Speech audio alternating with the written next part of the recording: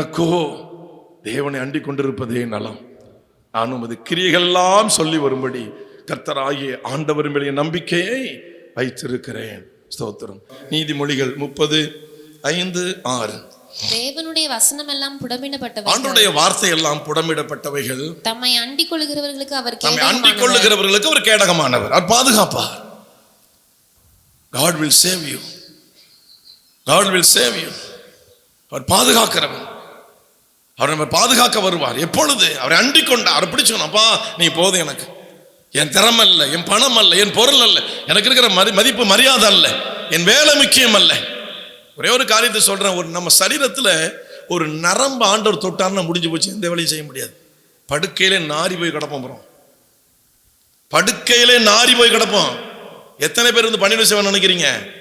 நம்ம குணத்துக்கெல்லாம் 4 மிதி, நாதியத்தை மிதி, ஒரு மிதிப்பாங்க. திமிருக்குது வேணும். போகும்போது ஒரு எத்துவாங்க, வரும்போது ஒரு எத்துவாங்க. என்ன சும்மா அப்படி இப்படிம்பாங்க, எத்தி விட்டு. இதில் என்ன அர்த்தம்? எல்லாம் எழும்பி வருதுன்னு அர்த்தம். நம்ம முன்னால் செஞ்ச அதை கிரியெல்லாம் பதிஞ்சிருக்குன்னு அர்த்தம். உங்களுக்கு அதுதான், எனக்கும் அதுதாங்க. உலகத்தில் மனுஷனாக பிறந்த அத்தனை பேருக்கும் அதுதான். செத்து தொலைய மாட்டான பாவி நாற்ற வச்சுருவாங்க. ஐயோ வீடே நாருது அப்படிம்பாங்க. இதுதான் கடைசியாக வர்ற வார்த்தை. ஆனால் அவரை அண்டிக் கொள்கிற நமக்கோ கேடகமாக அவர் இருக்கிறார். நமக்கு அவர் பாதுகாவலாக இருக்கிறார். அல்லேலூயா. தேவனுடைய வசனம் எல்லாம் புடமிடப்பட்டவைகள்.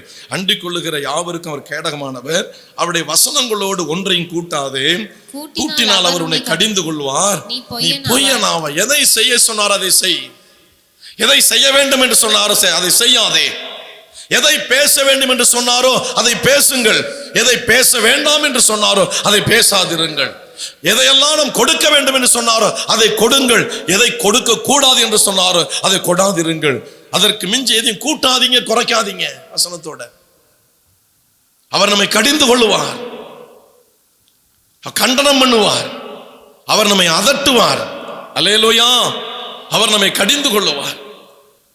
கர்த்தருக்கு ஸ்தோத்திரம். நாம் பொய்யனாவோம், பொய்யனாய் மாறி விடுவோம். ஊருக்கு உலகத்துக்கு வேஷம் போடுற அத்தனை பேரும் தேவனுடைய பார்வையில் பொய்யர்கள். They are liars. பொய்யர்கள். உண்மையுள்ளவர்கள். They are not righteous. Right? They are not right persons. எல்லாரும் துன்மார்க்க கூட்டம். அவர்கள் நீதிமான்கள் அல்ல, நேர்மையாளர்கள் அல்ல, நல்ல நபர்கள் அல்ல. கெட்ட காரியத்தை இருதயத்தில் சுமந்து தேவனிடத்தில் வேஷம் போடுகிறவர்கள், நடிகர்கள், நடிகைகள். யாரையும் சந்தோஷப்படுத்த பார்க்காதீங்க. நீங்க படுக்கையில கிடந்த பொழுது அல்லது உங்க வீட்டுக்குள்ள யாரோ ஒரு வேதனையை சுமந்த பொழுது, அந்த வேதனை விடுதலை கிடைக்குமா நீங்க ஏங்கின பொழுது இந்த இயேசு வந்தார்ல, அதனாலதான் இன்னைக்கு நம்ம சமாதானமா வாழ்ந்துகிட்டு இருக்கிறோம். அவரை மறந்துடாதீங்க. அவரை தூக்கி முன்னால வைங்க. அவரை முன்னால காட்டுங்க. அவரை ஃபோக்கஸ் பண்ணுங்க. இவர்தான் என் வாழ்க்கைக்கு, இவர்தான் எல்லாம், எல்லாம் இவர்தான், அனைத்து இவர்தான். அவரை முன்னிலைப்படுத்துங்க. அவருக்கு முக்கியத்துவம் கொடுங்க. நீ வேஷம் போடுற யாரா இருந்தாலும் சரி, நீங்க சொல்றேன்னா இந்த 12ஆம் தேதி ஒரு நாள் நீங்கள் கண்ணீர் விட்டு கதறக்கூடிய நாள் வரும். யாரையோ சந்தோஷப்படுத்த, பிரியப்படுத்த, யாருக்கிட்ட சில வருமானங்களை பெற்றுக்கொள்வதற்காக இந்த வேதத்தினுடைய வசனத்தை கூட்டாதீங்க, குறைக்காதீங்க. தண்டனை வரும். எடுத்த ஞானஸ்நானத்தை வாபஸ் பெறவே முடியாது. அதற்கான எந்த விமோசனமும் கிடையாது. எடுத்தது தான். ஞானஸ்நானம் பெற்றது தான். இன்னும் சில பேர் ஞானஸ்நானம் எடுக்காமலே நம்ம சபையில டிமிக்கி விட்டு இருக்காங்க.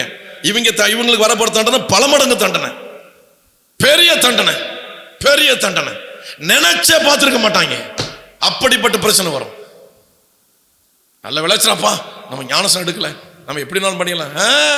இடத்துல என்னைக்கு கதறி உங்களை ஒப்பு கொடுத்தீங்கள முடிஞ்சு போச்சு வாழ்க்கை, அவ்வளவுதான். அதுக்கப்புறம் இவர் தான் நமக்கு வழிகாட்டி. அல்லேலூயா. இவர் தான் நமக்கு தகப்பன். ஆசாவு சொன்னது போல, பரலோகத்தில் உண்மை இல்லாமல் எனக்கு வேற யார் உண்டு? பூலோகத்தில் உண்மை தவிர எனக்கு வேற விருப்பம் இல்லை. சடங்காச்சாரங்களை விருப்பம் இல்லை. சடங்காச்சாரங்களை நம்புகிற உறவுகள் மீது எனக்கு விருப்பம் இல்லை. உங்களுடைய வேதத்தை நான் சார்ந்து இருக்கிறேன். நானோ எனக்கோ தேவனை அண்டிக் கொண்டிருப்பதே நலம். தேவனை சார்ந்து கொள்வதே எனக்கு நலம். அவரோடு வாழ்வதே எனக்கு நலம். என் நம்பிக்கையை நான் அவர் மேல் வைத்திருக்கிறேன். அல்லேலூயா, அல்லேலூயா. கர்த்தருக்கு ஸ்தோத்திரம் உண்டாவதாக. வாசிக்கலாம். மூன்றாவதாக ஏசாயா 50வது அதிகாரம் 7வது வசனத்திலிருந்து 10வது வசனம் வரை. கர்த்தராகிய ஆண்டவர் எனக்கு துணை செய்கிறார். கர்த்தராகிய ஆண்டவர் எனக்கு துணை செய்கிறார். ஆகையால் நான் வெட்கப்படேன். ஆகையால் நான் வெட்கப்பட மாட்டேன், வெட்கப்படேன். நான் வெட்கப்பட்டு போவதில்லை என்று நான் அறிந்திருக்கிறேன். வெட்கப்பட்டு போதல் என்று அறிந்திருக்கிறேன். ஆதலால் என் முகத்தை கற்பாறையை போலாக்கினேன். என்னை நீதிமானாக்குகிறவர் சமீபமாய் இருக்கிறார். என்னோட வழக்காடுகிறவன் யார்? சொன்னா பாருங்க, என் தேவன் எனக்கு சமீபமாய் இருக்கிறார், அருகாமையில் இருக்கிறார். நான் அவருக்கு அருகாமையில் இருக்கிறேன், அவர் சமீபமாக இருக்கிறார். என்னோட வழக்காடுகிறவன் யார்? ஏகமாய் நிற்போமாக. யார் எனக்கு எதிராளி? அவன் இடத்துல வரட்டும். நானும் தேவனுமா நிக்கிறோம், வரட்டும் அவன் எதிராளி. பிசாசம் மனுஷனை பார்த்துக்குவோம். நான் அவர் பக்கத்தில் இருக்கிறேன், அவர் என்ன சமீபமா இருக்கிறார். என்னை நீதிமான் ஆக்குகிறவர் என் சமீபத்தில் இருக்கிறார். யார் எனக்கு எதிராளி? யார் என்னை எதிர்த்து நிற்பவன்? அவன் வரட்டும். யார் அந்த மனிதன்? வரட்டும். நான் அல்ல, என் தேவனை அவனை பார்த்துக் கொள்ளுவார். அல்லேலூயா. 9வது வசனம். இதோ கர்த்தராகிய ஆண்டவர் எனக்கு துணை செய்கிறார். ஒரு அல்லேலூயா சொல்லுங்க. கர்த்தராகிய ஆண்டவர் எனக்கு துணை செய்கிறார் சொல்லுங்க. ஒரு கையை இருதயத்தில் வச்சு ஒரு கையை உயர்த்தி சொல்லுங்க. கர்த்தராகிய ஆண்டவர் எனக்கு துணை செய்கிறார். எல்லாரும் வாயை திறந்து சொல்லுங்க.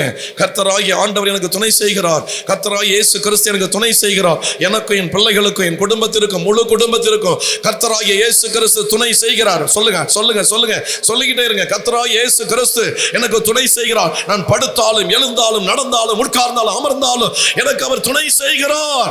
என் குடும்பத்திற்கு அவர் துணை செய்கிறார். ஆகவே இன்றைக்கு நான் உயிரோடு இருக்கிறேன்.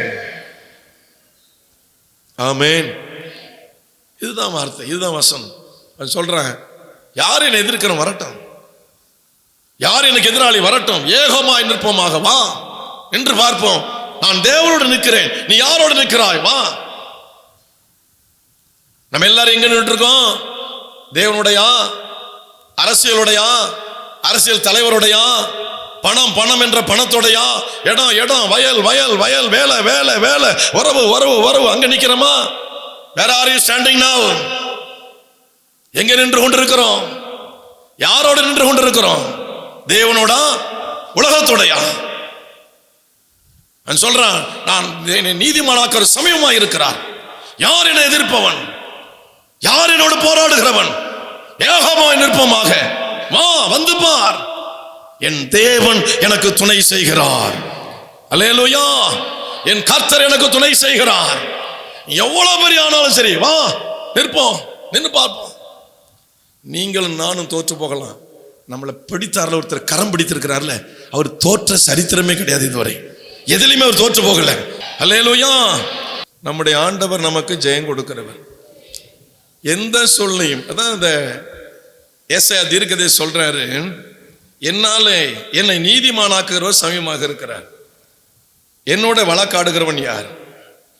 ஆண்டவர் என் பக்கத்தில் இருக்காரு. வா, வழக்காடி பாரு, போராடி பாரு, சண்டை போட்டு பாரு. நம்ம பிரச்சனை வரும் பொழுது நம்ம பலத்தை காட்டக்கூடாது. என் கூட ஆண்டவர் இருக்கிறார், அவர் யுத்தம் பண்ணுவார். என் கூட ஆண்டவர் இருக்கிறார், அவர் என் கூட வாழ்ந்து கொண்டு இருக்கிறார், அவர் யுத்தம் செய்வார். அவர் எனக்காக பேசுவார். ஆமென். அவரை இழுத்து முன்னால விடணும். நாம முன்னால போய் நிக்க விடணும். நாம முன்னால போனா தோற்று தான் போகணும். அவர் முன்னால வந்துட்டாருன்னா தோல்வி வெற்றியாய் மாறும். அல்லேலூயா. நமக்கு முடியாத நேரத்தில் பல பேருக்கு நான் ஃபோன் பண்ணி எனக்காக ஜெபம் பண்ணுங்க, ஜெபம் பண்ணி ஏன் சொல்கிறோம்? நம்முடைய முயற்சியெல்லாம் தோல்வியாகிற நேரத்தில் தான் ஜெபத்தால் ஒரு வெற்றி வரும். இயேசுவால் எல்லாம் முடியும், அவரால் எல்லாம் செய்ய முடியும் நம்பிக்கை நமக்குள்ள இருக்கிறதுனால தான் நம்ம எல்லாத்தையும் கால் பண்ணி ஜெபம் பண்ணுங்க, எனக்காக ஜெபம் பண்ணுங்க, எனக்காக ஜெபம் பண்ணுங்க. சோதரம், உங்களுடைய பிரேயர் செல்ல என்னை நினைச்சிங்க, எல்லாத்தையும் சொல்லுங்க. எனக்கு இப்படிப்பட்ட ஒரு பிரச்சனை. பிரேயர் சப்போர்ட் ஏன் தேடுறோம்? எல்லா சப்போர்ட்டும் நின்று போயிடும், அதெல்லாம் வெற்றியை கொண்டு வராது. பிரேயர் சப்போர்ட் மாத்திரம் அது வெற்றியை மாத்திரமே கொண்டு வரும். அல்லேலூயா. Prayer brings the victory. அது வெற்றியை மட்டுமே கொண்டு வரும், தோல்வி வராது. ஆமென். அது பிரேயர் கொண்டு வரக்கூடியது victory. Prayer brings the victory. அது ஜெயத்தை கொண்டு வரும். ஜெபமே ஜெயம். ஊர் சுத்துறதெல்லாம் குறைச்சிடுங்க, தெருவில் உட்காந்து பேசுறதெல்லாம் குறைச்சிடுங்க, வீடு வீடா உட்காந்து போய் கதை பேசலாம் குறைச்சிடுங்க, கண்ட இடத்துல உட்காந்து பேசுறதெல்லாம் குறைச்சிடுங்க. தேவனோடு உட்கார்ந்து பேச கற்றுக்கொள்ளுங்கள். அல்லேலூயா. அவரோடு வாழ கற்றுக்கொள்ளுங்கள். அல்லேலூயா, அல்லேலூயா. எங்கெங்கெல்லாம் பேசி பழகுற ஒரு நண்பனை பார்த்து பேசாவிட்டால் நம்ம தலையே வெடிச்சிடும் போல இருக்கு. ஆண்டவர்கிட்ட பேசுங்க, ஆண்டவர்கிட்ட பேசுங்க, ஆண்டவர்கிட்ட வாழ கற்றுக்கொள்ளுங்க, அவர்கிட்ட முறையிட கற்றுக்கொள்ளுங்க. இந்த வேதத்தை எழுதின, இந்த அதிகாரத்தை எழுதின இந்த நபர் என்ன சொல்றாரு பாருங்க. 8வது வசனத்தை வாசிக்க மறுபடியும் எல்லாரும் காதல கேட்கலாம். என்னை நீதிமானாக்குகிறவர் சமீபமாக என் அருகாமையில் இருக்கிறார், சமீபமாக இருக்கிறார், தூரத்தில் அல்ல. என் தேவனுக்கும் எனக்கும் எட்டாத தூரம் அல்ல, பக்கத்தில் நிற்கிறார். அருகாமையில் நின்று கொண்டிருக்கிறார் தேவன், தூரத்தில் அல்ல. He is standing nearby me. அப்ப சொல்றான் பாருங்க, என்னோட வழக்காடுகிறவர். யார் என்னோட வழக்காடுவது? வா வழக்காடிப்பார். நீ தோற்று போவாயா ஜெயிப்பாயா? வா பார்க்கலாம். என்னோட வழக்காடுகிறவன் யார்? அடுத்த வரி, ஏகமாய் நிற்போமாக. ஏகமாய் நிற்போம். வா நிற்கிறேன், வா வந்து மோதிப்பார், பேசிப்பார், சாதித்துப்பார். அவர் விடுகிறார் என்று பார்க்கலாம். இல்லை. அடுத்த வரி, யார் எனக்கு எதிராளி? யார் எனக்கு எதிராளி? அவன் என்னிடத்தில் வரட்டும். இதோ கர்த்தராகிய ஆண்டவர் எனக்கு அவர் எனக்கு துணையா இருக்கிறார். அதனால யாரு வந்தாலும் எனக்கு பயமே கிடையாது. கர்த்தருக்கு யாரு வந்தாலும் எனக்கு பயம் கிடையாது. அவர் எனக்கு துணையா இருக்கிறாருப்பா, அவர் எனக்கு துணை. இமயமலையே பெயர்ந்து வரட்டும், அவரை மோதிட்டு தான் என்ன மோதும். இந்த நம்பிக்கை நமக்குள்ள வரணும். பயந்துடக்கூடாது. பயமே ஒரு மனுஷனை கொன்னுடும். கர்த்தருக்கு ஸ்தோத்திரம். அவர் எனக்கு துணை செய்கிறார். என்னை ஆக்கினைக்குள்ளாக தீர்க்கிறவன் யார்? ஆக்கினைக்கு எனக்கு தண்டனை கொடுப்பவன் யார்? இதோ அவர்கள் எல்லாரும் ஒரு வஸ்திரத்தை போல பலசாவார்கள். பொட்டுப்பூச்சி அவர்களை அரிக்கும். பொட்டுப்பூச்சி அவர்களை அரிக்கும். உங்களில் எவன் ஒரு பூச்சிக்கே பதில் சொல்ல முடியாத வக்கில்லாத மனுஷனுக்கு நான் ஏன் பயப்படணும்? பொட்டுப்பூச்சி அரிக்கும். அடுத்தது, உங்களில் எவன் கர்த்தருக்கு பயந்து அவருடைய தாசனின் சொல்லை கேட்டு, அவருடைய தாசனின் சொல்லை கேட்டு தனக்கு வெளிச்சம் இல்லாததினால் இருட்டிலே நடக்கிறானோ அவன் கர்த்தருடைய நாமத்தை நம்பி தன் தேவனை சார்ந்து கொள்ள கடவன். அல்லேலூயா. சார்ந்து கொள்ளுங்கள், அவரை அண்டிக் கொள்ளுங்கள், அவரை பிடித்துக் கொள்ளுங்கள், அவருடைய பாதத்தை பற்றி கொள்ளுங்கள், அவருடைய பாதத்தில் விழுந்து கிடங்க. சொல்றாரு பாருங்க, உங்களில் எவன் கர்த்தருக்கு பயந்து, யார் கர்த்தருக்கு பயந்து அவருடைய தாசனின் சொல்லை கேட்டு, கர்த்தருக்கு பயப்படுகிறவர்கள் ஊழியக்காரன் வழியா வர வசனத்தை நம்புவார்கள். ஊழியக்காரன் எடுத்து பேசுற வசனத்தை நம்புவார்கள். ஊழியக்காரன் அல்ல, ஊழியக்காரன் வழியாக புறப்படுகிற வார்த்தையை நம்புவார்கள். யார் கர்த்தருக்கு உண்மையாய் பயப்படுகிறார்கள் அவர்கள் கர்த்தருக்கு பயப்படாத துரோகிகள், கல் நெஞ்சுகாரர்கள், கருங்காலி மரங்கள். ஊழியக்காரனை மதிக்க மாட்டார்கள், ஊழியக்காரன் வார்த்தையை மதிக்க மாட்டார்கள். கருங்காலி மரங்கள். வேஷம் போடுவார்கள் சபையிலே, வேஷம் போடுவார்கள் சபையிலே. அவருக்கு பயப்படுவது போல, அவருக்கு பயந்த ஒரு மனுஷனுக்கு அடுத்த அடையாளம் அவர் நியமித்த தாசன் வழியாக வர வார்த்தையை நம்புவார்கள், வசனத்தை நம்புவார்கள். அவன் சொல்கிறோம்ல, அவரு சாமியாருக்கு என்ன தெரியும்? ஆமாம், அவர் சொல்லதான் கேட்க முடியுமா? அவருக்கு அக்கா தொக்கா அதெல்லாம் கேட்க முடியுமா? நம்ம ஊர் உலகத்தில் வாழ்ந்துட்டு இருக்கோம், அவருக்கு என்ன தெரியும்? எனக்கு ஒன்றுமே தெரியாது. இன்னும் ஒரு 5 வருஷம் நான் ஆண்டவர் விட்டுருந்தாருன்னா நான் யாருங்கிறது தெரிஞ்சிருக்கும் இந்த பூமியில். ஒரு 5 வருஷம், ஒரு 3 வருஷம் என்னை விட்டுருந்தாருன்னா, 2 மாதம் என்னை விடலையே. பாண்டிச்சேரியில் கடை ஆரம்பிச்சா 54 கோடி 34 வருஷத்துக்கு முன்னாடி நடந்த சொல்கிறேன் நான். 54 கோடி இன்னைக்கு அது எத்தனை? இது மில்லியன்ஸ். 11 பேர் நாங்கள் பார்ட்னர்ஷிப். ஏன் தருத்திரியம் விட்டுச்சு அவங்கள? 11 பேரில் போலீஸ் லத்தி சார்ஜ் ஆகாத ஒரு ஆள் நான் மட்டும் தான், பாக்கி 10 பேர் அடி வாங்கினாங்க. நான் ஒரு ஆள் தான் எஸ்கேப். ஊழியத்திலையும் நான் அடி வாங்கல, எல்லாம் வேடிக்கை பார்க்க வச்சாரு. உலக பிரகாரமும் கத்திர அடி வாங்கல. மற்ற இடத்துல வறுத்து எடுத்துட்டாரு நம்மளை. அடி கூட ஒரு தடவை தான். பசிங்கிறது டெய்லி ஒரு தடவை அடி வாங்கியிருக்கலாம், பிரச்சனை இல்லை. டெய்லி போட்டு பின்னி படம் எடுத்துட்டாரு நம்மளை. எல்லாரும் மாட்டினா. நான் அதே தஞ்சாவூர்ல அந்த முந்திரி காட்டில் தான் கிடந்தேன். ஏன்னா எல்லாம் லாஸ், சம்பாதிச்சது எல்லாம் அதில் போய் சுனாமி மாதிரி வலிச்சுக்கிட்டு போயிட்டு வீடு இருந்த இடம் அது தெரியாமல் போச்சுன்னு சொல்லுவாங்களா, அது போல் எல்லாம் போயிட்டு அவ்வளோதான் முடிஞ்சு போச்சு. பழைய நிலைக்கு வந்தாச்சு. அதுக்கப்புறம் எங்கே வாழணும்னு ஆசைப்படுறோம், வாழ விட மாட்டாங்க போல இருக்கு. எங்கே எவன் விட்டு வெட்டுவான்னு தெரியாது. கலநோட்டில் ஏன்னா எவன்லாம் ஏமாத்தினோன்னு அத்தனை பேர் ரிவர்ஸ் ஆகிட்டான். உண்டுலன்னு பார்த்துருவோன்ட்டு முடிவாக இருக்கிறாங்க. ஒரு ஆள் தஞ்சாவூரில் நமக்கு சொந்தக்காரன் கிடையாது, ஜாதிகாரன் கிடையாது. இந்த கர்த்தர் அன்றைக்கு என் தாயின் வயிற்றில் என்னை முன்குறித்ததுனால அவர் கேடகமா இருந்து என்னை காப்பாற்றி காப்பாற்றி பாதுகாத்து நீ ஊழியக்காரன்டா, நீ என்னுடைய வேலைக்காரன், நீ என்னுடைய வேலைக்காரன், நீ என்னுடைய வேலைக்காரன், நீ என்னுடைய ஊழியக்காரன், எனக்கு நீ ஊழியம் செய்யணும், எனக்கு நீ ஊழியம் செய்யணும், எனக்காக சாதிக்க வேண்டிய காரியம் நிறைய இருக்கு. நான் உன்னை கையில ஒப்பு கொடுப்பேன், ஒப்பு கொடுக்க மாட்டேன். நான் சொல்லுவேன் சார், ஒரு வாரம் விட்டுருந்தாருன்னு அந்த கடையில் நாங்களாம் கோடீஸ்வரன். இந்த தேவன் சீக்கிரம் வரப்போகிறார். இதை எழுதின சங்கீதக்காரன் இயேசு கிறிஸ்துவை பற்றி சொல்லி வருகிறார். அவர் வரும் பொழுது என்ன நடக்கும், அவர் வந்து போன பிறகு என்ன நடக்கும், இந்த பூமியில என்ன இறுதி. நியாயாதிபதிகளே, ராஜாக்களே, உணர்வடையுங்கள், எச்சரிக்கையாயிருங்கள். குமாரன் கோபம் கொள்ளாமலும் வழியில நீங்கள் அழியாமல் இருக்கும்படிக்கு அவருடைய பாதத்திலே முத்தம் செய்யுங்கள். ஏன், என்ன காரணம்? வாசிக்கலாம் 12வது வசனம். கொஞ்ச காலத்திலே அவருடைய கோபம் பற்றி எரியும், அவரை அண்டிக் கொள்கிற யாவரும் பாக்கியவான்கள். அல்லேலூயா. இயேசு கிறிஸ்து வந்து போய்விட்டார். இப்பொழுது அவர் சரீரத்தில் இல்லை, அவர் பரிசுத்த ஆவி அங்கு நிறைந்திருக்கிறார். இனி ஒரு உருவத்தில் வருவார் என்றால், அதே உருவத்தை பார்க்க வேண்டும் என்றால், இந்த உலகம் அழியும் பொழுது மத்திய ஆகாயத்தில் அவர் இறங்கி வருவார், உலகம் பார்க்கும்படி. இறுதி வருகை, பகிரங்க வருகை, இரண்டாம் வருகை, பகிரங்கமான வருகை. இயேசு கிறிஸ்து மறுபடியும் வருவார். இரத்தம் சிந்திய காட்சியோடு அல்ல, முள்கிரீடம் சூடப்பட்ட காட்சியோடு அல்ல, தலையில கிரீடத்தோடு ராஜாதி ராஜாவாக அவர் இறங்கி வருவார். இறுதி வருகை, இரண்டாம் வருகை, பகிரங்க வருகை. அதுக்கு முன்னால ரகசிய வருகைன்னு இருக்கு. 2 பேர் போவாங்க கார் ஓட்டிக்கிட்டு, பஸ்லயோ கார்லயோ டிரைவ் பண்ணிட்டு போவாங்க. ஒரு ஆள் இருப்பார், ஒரு ஆள் இருக்க மாட்டாரு. ரகசிய வருகை. 2 பேர் கூரையில் ஏறி வேலை செஞ்சுட்டு இருப்பாங்க.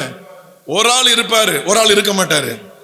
2 பேர் இயந்திரம் கழிச்சிட்டு இருப்பாங்க, ஒருத்தர் இருப்பாங்க, இன்னொருத்தர் இருக்க மாட்டாங்க. அது ரகசிய வருகை. பஸ் ஓடிட்டே போயிட்டு இருப்பாரு, ஸ்டேரிங் இருக்கும், டிரைவர் இருக்க மாட்டாரு. கண்டக்டர் விசில் அடிப்பார், அங்க டிரைவர் இருந்தா தானே நிறுத்த, அவர் இருக்க மாட்டாரு. இதான் ரகசிய வருகை. அநேகரை ரகசிய வருகையில தேவன் எடுத்துக்கொள்வார். அந்த ரகசிய வருகைக்கு பிறகு சொல்லுவாங்க, காணும் ஆலய காணும்பாங்க. படுத்திருந்தாரு, 2 பேர் படுத்திருந்தாங்க, ஒருத்தரை காணும் அப்படிம்பாங்க. எப்படி இருக்கும்? கதவு நல்லா லாக்கா இருக்கும், சரீரத்தோடு அவர் எடுத்துக் கொள்ளப்படுவார். கதவை திறந்துக்கிட்டால, ஜன்னலை திறந்துக்கிட்டால. இதுதான் ரகசிய வருகை.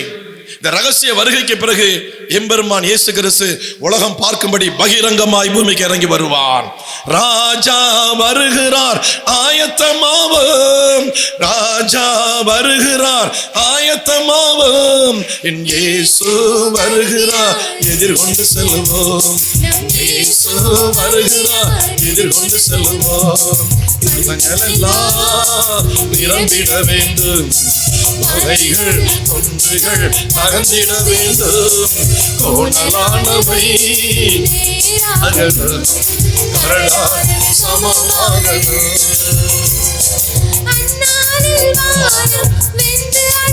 ஆமென். அந்நாளில் வானம்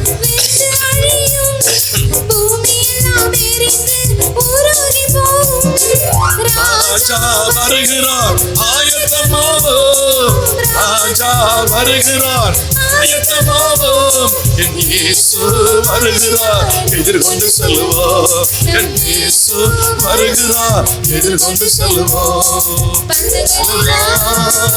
இறந்திட வேண்டும், மலைகள் குன்றுகள் அகந்திட வேண்டும், கோணலானவை நேராகணும், கரடானவை சமமாகணும்.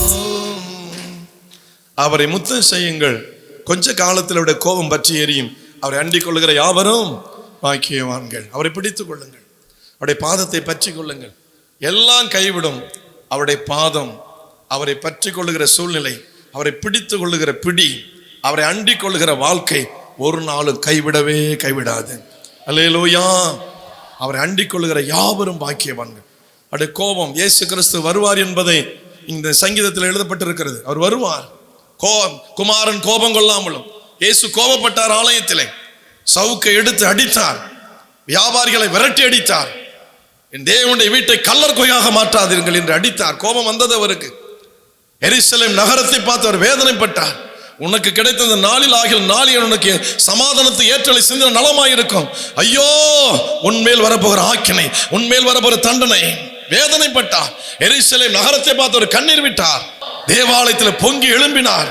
இந்த இயேசு எப்படிப்பட்டவர், அவர் வந்து என்ன செய்வார், அவர் வந்து போன பிறகு என்ன நடக்கும் என்பது இந்த சங்கீதக்காரன் தெளிவாக சொன்னார். அவரை அண்டிக் கொள்ளுகிற இந்த இயேசு கிறிஸ்துவை, இந்த குமாரனை, இந்த இயேசுங்கிற பெயர்ல வருகிற இவரை யார் பிடித்துக் கொள்ளுகிறார்களோ அவர்கள் பாக்கியவான்கள். பணத்தையும் பொருளையும் எதையோ பிடிச்சு நிக்காதீங்க, அதெல்லாம் விட்டுடும். விலகி ஓடி போயிடும், எங்கேயோ போயிடும். நீ யார் அப்படின்னு கேட்கும். நீ யாரப்பா, நீ யாரு? இடம் பார்த்துக்க, நீ யாரு அப்படின்னு கேட்கும். வீடு கேட்க, நீ யாரு? உனக்கு எனக்கு சம்பந்தம்னு சொல்லும். ஆனால் அவருடைய பாதமோ நமக்கு உதவியாக இருக்கும். அல்லேலூயா. அவரை அண்டிக் கொள்கிற யாவரும் பாக்கியவான்கள். அடுத்ததாக ரூத் 2வது அதிகாரம் 10-11. அப்பொழுது அவள் தரையிலே முகங்குப்புற விழுந்து வணங்கி, நான் அந்நிய தேசத்தாலா இருக்க நீர் என்னை விசாரிக்கும்படி எனக்கு எதனாலே உடைய கண்களில் தயவு உமக்கு என்மேல் எப்படி வந்தது? போவாசை பார்த்து ரூத்து கேட்கிறார். அதற்கு போவாஸ் சொல்றாரு, உன் புருஷன் மரணமடைந்த பின்பு நீ உன் மாமியாருக்காக புருஷனை இழந்த பிறகு, உன்னுடைய இல்லற வாழ்க்கையை இழந்த பிறகு, கணவனை இழந்த பிறகு நீ உன் மாமியாருக்கு செய்ததெல்லாம், நீ உன் தகப்பனையும் உன் தாயையும் உன் ஜன்ம தேசத்தையும் விட்டு, சொந்த இடத்தை விட்டு, உன்னுடைய குடும்பத்தை விட்டு, உன் முன்பின் தெரியாத இடத்திற்கு நீர் வந்ததெல்லாம் எனக்கு விவரமாய் தெரிவிக்கப்பட்டது, சொல்லப்பட்டது. சாட்சி. அடுத்த வசனம், உன் செய்கைக்கு தக்க பலனை கர்த்தர் உனக்கு கட்டளையிடுவாராக. 12வது வசனம், செய்கைக்கு தக்க பலனை கர்த்தர் உனக்கு கட்டளையிடுவாராக. இஸ்ரவேலின் தேவனாகிய கர்த்தருடைய செட்டைகளின் கீழ் அடைக்கலமாய் வந்த உனக்கு அவராலே நிறைவான பலன் கிடைப்பதாக. வாழ்க்கையில எது முக்கியமோ அதை இழந்திருக்கிறோம், எது ஆதாரமோ அதை இழந்துட்டோம். இதுதான் முக்கியம், எதை நினைச்சிருந்தீங்களோ அதை இழந்துட்டீங்க. கவலைப்படாதீங்க. அவருடைய இஸ்ரவேலின் தேவனாகிய கர்த்தருடைய செட்டைகளின் கீழ் அடைக்கலமாய் வந்த உங்களுக்கு ஒரு நிறைவான பலன் கிடைப்பதாக. பிரதானமானதை இழக்க கூடாத இழந்திருக்கிறீங்க அநேகர். உங்க வாழ்க்கையில எது முக்கியமோ அதே இழந்துட்டு உட்காந்துருக்கீங்க. அங்கே போவாஸ் சொல்றாரு, ரூத்தை பார்த்து, இந்த கைம்பெண்ணை பார்த்து, இந்த விதவையை பார்த்து, இளம் வயதில், குழந்தை கூட பெற்றெடுக்காத வயதில் தன் கணவனை இழந்த பரிதவிக்கப்பட்ட அந்த ரூத்தை பார்த்து சொல்லுகிறார், நீ கணவனை இழந்துட்ட, அதன் பிறகு உன் மாமியார் நீ வந்த காரியம் எனக்கு சொல்லப்பட்டது. அப்ப சொல்றான், உன் செய்கைக்கு தக்க பலனை கர்த்தர் உனக்கு கட்டளையிடுவாராக. இஸ்ரவேலின் தேவனாகிய கர்த்தருடைய செட்டைகளின் கீழ் அடைக்கலமாய் வந்த உனக்கு அவராலே எல்லாம் இழந்து வாழ வழியில்லை என்ற நிலைக்கு தள்ளப்பட்டு இயேசுவே கதி என்று எத்தனை பேர் வந்திருக்கிறோமோ நம் அத்தனை பேருக்கும் நிறைவான பலன் கிடைக்க போகிறது. நிறைவான பலன் கிடைக்க போகிறது. சந்தோஷமான ஒரு பதில் நமக்கு வரப்போகிறது. அல்லேலூயா. கர்த்தருக்கு ஸ்தோத்திரம் உண்டாவதாக. நல்லா கவனிங்க. 5வதாக சங்கீதம் 57 1-3 வசனங்கள். சங்கீதம் 57 1-3. எனக்கு இறங்கும் தேவனே, எனக்கு இறங்கும் தேவனே, எனக்கு இறங்கும், எனக்கு இறங்கும். உம்மை என் ஆத்துமா அண்டிக் கொள்ளுகிறது. விக்கினங்கள் கடந்து போக மட்டும் உமது செட்டைகளின் நிழலிலே வந்து அடைவேன். விக்கினங்கள் கடந்து போக மட்டும் உமது செட்டைகளின் நிழலிலே வந்து அடைவேன். எனக்காக யாவையும் செய்து முடிக்க போகிற தேவனாகிய உன்னதமான தேவனை நோக்கி கூப்பிடுவேன். எனக்காக யாவையும் செய்து முடிக்க போகிற தேவனாகிய உன்னதமான தேவனை நோக்கி கூப்பிடுவேன். என்னை விழுங்க பார்க்கிறவன் என்னை நிந்திக்கையில், என்னை விழுங்க பார்க்கிறவன் நிந்திக்கையில் அவர் பரலோகத்திலிருந்து ஒத்தாசை அனுப்பி என்னை ரட்சிப்பார். என்னை ரட்சிப்பார். தேவன் தமது கிருபையையும் தமது சத்தியத்தையும் அனுப்புவார். ஆமென். அல்லேலூயா. அல்லேலூயா. நல்லா கவனிங்க. அவருடைய பாதத்தை இறுக பற்றி பிடிக்க உங்களை ஒப்பு கொடுங்க. அதான் இங்க சொல்றாரு, எனக்கு இறங்கும் தேவனே, எனக்கு இறங்கும், உம்மை என் ஆத்துமா அண்டிக் கொள்ளுகிறது. வெறும் வாயினால் அல்ல, இருதயம் அவரை பற்றி பிடிக்கணும். இருதயம் அவரை பிடித்துக் கொள்ள வேண்டும். நம்முடைய இருதயத்தில் அவர் இருக்கணும், வாயில் அல்ல. எல்லாருடைய வாயிலும் எல்லாம் நிறைய தெய்வங்கள் இருக்கு. ஆனா இருதயத்துல எத்தனை தெய்வம் இருக்கு? யாருடைய இருதயத்துல தெய்வம் குடி இருக்கு? அதான் முக்கியமானது. வாயால சொல்லலாம். கொலை செய்ய போறவன் கூட அருவாளை எடுக்கணும்னு ஒரு தெய்வத்தை வேண்டிட்டு தான் போறான். அது எந்த தெய்வமோ. திருட போறவன் திருடுவதற்கு முன்பாக ஒரு தெய்வத்தை வேண்டிட்டு தான் போறான். கொள்ளையடிக்க போறவன் ஒரு தெய்வத்தை வேண்டிட்டு தான் போறான். நீங்க திருடர்கள்லாம் கணக்கெடுத்து அவனை கேட்டு பாருங்க, பேட்டி கேளுங்க, தெய்வ பக்தி உண்டான்னு கேளுங்க, சொல்லுவானே, நாங்களும் நாத்திகர்கள், எனக்கு கடவுள் கிடையாது. 1000ல் ஒருத்தவனாவது சொல்லுவேன். 999 பேரு ஏதோ ஒரு தெய்வத்தை பேர சொல்லுவான். தெய்வம் வாயில இருக்கு, நிறைய பேருக்கு இருதயத்துல இருக்கான். தெய்வம் இருதயத்தில் இருக்கான். தேவன் எங்க இருக்க ஆசைப்படுகிறார்? என் மகனே, உன் இருதயத்தை எனக்கு தா. சின்ன ஒரு இருதயம், வானம் சிங்காசனம், பூமி பாதபடி. எவ்வளவு பெரிய தேவன், அவ்வளோ பெரிய ஆண்டவர் அந்த சின்ன இருதயத்துல தங்க ஆசைப்படுகிறார். அல்லேலூயா, கர்த்தருக்கு ஸ்தோத்திரம் உண்டாவதாக. சொல்றாரு பாருங்க, என் தேவன் எனக்கு இறங்கும், தேவனே எனக்கு இறங்கும், உம்மை என் ஆத்துமா என் இருதயம் உம்மை அண்டி கொண்டிருக்கிறது. என் இருதயத்துல உம்மை தவிர யாரும் கிடையாது. இருதயத்தில் அவர் தான் நம்ம வைக்கணும். வேற யாரை வச்சாலும் நமக்கு ஆபத்து தான், பாதிப்பு தான், வெட்கம்தான். அவரை மட்டுமே இந்த இருதயத்துல வைக்கணும். என் இருதயம் உம்மை அண்டி கொள்ளுகிறது. அதெல்லாம் சொல்றது, எனக்காக யாவையும் செய்து முடிக்க போற தேவனாகி உன்னதமான தேவனை நோக்கி கூப்பிடுவேன். இருதயத்தில் அவர் வரும் பொழுது, அவர் நோக்கி நான் கூப்பிடும் பொழுது, அவர் நமக்காக எல்லாவற்றையும். கடைசியாக 2 நாளாகமம் 16வது அதிகாரம் 7-9 வரை வாசிக்கிற பொழுது, அனனியாங்கிற தீர்க்கதரிசி ஆசாவிடத்துல வருகிறார். யூதாவின் ராஜா ஆசாவிடத்துல அவனிடத்துல வந்து ஒரு தீர்க்கதரிசி சொல்றாரு, அவனை நோக்கி, நீர் உம்முடைய தேவனாகிய கர்த்தரை சார்ந்து கொள்ளாமல் சீரியாவின் ராஜாவை சார்ந்து கொண்டபடியினால் சீரியா ராஜாவின் ராணுவம் உமது கைக்கு தப்பி போயிற்று. மிகவும் ஏராளமான ரதங்களும் குதிரை வீரரும் உள்ள எத்தியோப்பியரும். சொல்றாரு, தேவன் பேசுறாரு தீர்க்க தரிசனமா இந்த அனனியா வழியா. மிகவும் ஏராளமான ரதங்களும் குதிரை வீரரும் உள்ள எத்தியோப்பியரும் சேனையா இருந்தார்கள் அல்லவா. நீர் கர்த்தரை சார்ந்து கொண்ட போதவெனில் அவர்களை உமது கையில் ஒப்பு கொடுத்தாரே. எப்பொழுது நாம் கர்த்தரை சார்ந்து கொள்கிறோம், பெரிய படையை ஒப்பு கொடுப்பார். பெரிய அதிகாரம் படைச்சவனை பிடிச்சி உங்க கையில ஒப்பு கொடுத்துருவாரு. அவங்க சொல்லுவாங்க, நீங்க சொல்லுங்க நான் செய்யறேன் அப்படின்வாங்க. சொல்றாரு, நீ கர்த்தரை சார்ந்து கொண்ட போது பெரிய ராணுவம், பெரிய ரதங்கள், பெருங்கூட்டம், குதிரை கூட்டம், அதையே கர்த்தர் பிடிச்சவன் கையில ஒப்பு கொடுத்தாருல்ல. நீ இப்ப அசீரிய ராஜாவை சார்ந்து கொண்டபடினா அவனுடைய படை உன் கைக்கு தப்பி போனது. உங்க எதிராளி உங்க கையில் அகப்பட வேண்டும் என்றால் நீங்கள் கர்த்தரை சார்ந்து கொள்ள வேண்டும். இல்லை உங்க கைக்கு தப்பிச்சுவாங்க, நம்ம கையை விட்டு விலகி போயிடுவாங்க. நமக்கு எதிராளி யாரு? முதல் எதிராளி பிசாசு, 2வது எதிராளி அவனை சார்ந்து இருக்கிற மனிதர்கள், அவனால் ஏவப்பட்டு நமக்கு வேதனை உண்டாக்குற மனிதர்கள், அவனால் ஏவப்பட்டு நம்ம தலையை பார்க்கும் போதெல்லாம் கேவலமாக அவரை பேச வைத்து அழகு பார்க்கிற பிசாசின் கூட்டம். இந்த கூட்டத்தை தேவன் நம்ம கையில ஒப்பு கொடுக்க வேண்டும் என்றால் நாம் அவரை சார்ந்து கொள்ள வேண்டும். எழுந்து நிற்போம்.